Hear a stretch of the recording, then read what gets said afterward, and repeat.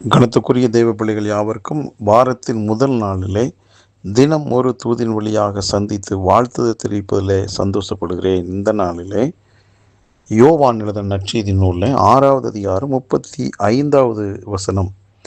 இயேசு அவர்களை நோக்கி, ஜீவ அப்பம் நானே, என்னிடத்தில் வருகிறவன் ஒரு காலும் பசியடையான், என்னிடத்தில் விசுவாசமாய் இருக்கிறவன் ஒரு காலும் தாகமடையான் என்று ஆண்டவர் சொல்லுகிற நேரடியான வார்த்தை.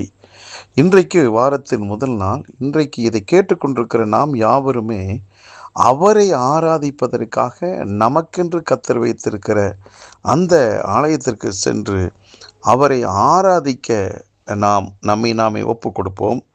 அருமையானவர்களே, நாம் ஆலயத்துக்கு போகிறோம் அப்படின்னா மறைமுகமாக நேரடியாக என்ன அர்த்தம் அப்படின்னா அவருக்கிட்ட வர்றோன்னு தான் அர்த்தம். ஏனென்றால் அங்கே யாரை பிரசங்கிக்கிறார்கள்? இயேசு கிறிஸ்துவை. யாரை ஆராதிக்கிறார்கள்? இயேசு கிறிஸ்துவை.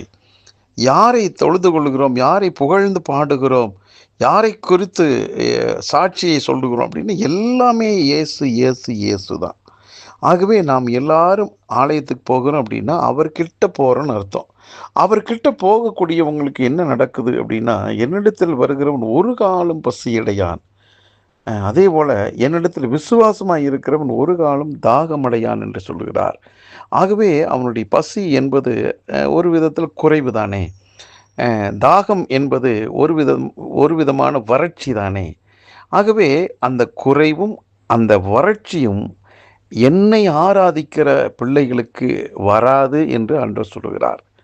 ஆகவே குறைவோடும் ஒரு தாகத்தோடும் ஒரு வறட்சியோடும் உங்கள் ஆவிக்குரிய வாழ்க்கையோ அல்லது குடும்ப வாழ்க்கையோ பொருளாதாரமோ ஊழியமோ எதுவாக இருந்தாலும் குறைவு பட்டு காணப்படுகிறீர்களா?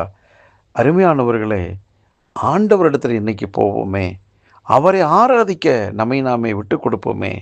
அப்படி ஆவியோடு உண்மையோடு ஆராதிக்க நாம் புறப்பட்டு போகும்போது, ஆராதிக்கும்போது நம்முடைய வாழ்க்கையில் இருக்கிறதான குறைபாடுகள் மாறும். நம்முடைய வாழ்க்கையில் இருக்கக்கூடிய எல்லா விதமான வறட்சியான சூழ்நிலைகளும் மாறும். நிறைவு உண்டாகும், பரிபூர்ணம் உண்டாகும். கர்த்தரை ஆராதிச்சுட்டு வந்த ஒரே காரணத்தினால நீங்கள் உயர்த்தப்படுவீர்கள், மேன்மை அடைவீர்கள், அது நிச்சயம். ஆகவே இந்த நாளை வேறு எந்த காரியத்துக்கும் பயன்படுத்தாமல் அவர் ஒருவருக்கே ஆராதனை செய்ய நீங்கள் தனியாகவோ குடும்பமாகவோ குழுவாகவோ சென்று அவரை ஆராதியுங்கள். வெற்றி மேல் வெற்றி அடைந்து இந்த வாரம் முழுவதும் மகிழ்ச்சியாக நீங்கள் வாழ்வீர்கள். ஜெபிக்கலாம். நல்ல தகப்பனே, இந்த நல்ல வேலைக்காக நன்றி. இந்த வாரத்தின் முதல் நாளில் நம்மை ஆராதிக்க ஆண்டவரே புறப்பட்டு போகிற எண்ணம் இதை கேட்டுக்கொண்டிருக்கிற அனைவருக்கும் உண்டாகட்டும். அப்பா, உம்மிடத்தில் வருகிற போது ஆண்டவரே எங்கள் வாழ்க்கையில் குறைவுகளோ ஆண்டவரே எந்த விதமான ஆண்டவரே வறட்சிகளோ இல்லாத அளவுக்கு கர்த்தர் எங்களை ஆதரித்து குறைவுகளை நிறைவாக்கி எங்களை மேன்மைப்படுத்துவதற்காக நன்றி. எல்லாரையும் மனதார் வாழ்த்துகிறேன், ஆசீர்வதிக்கிறேன்.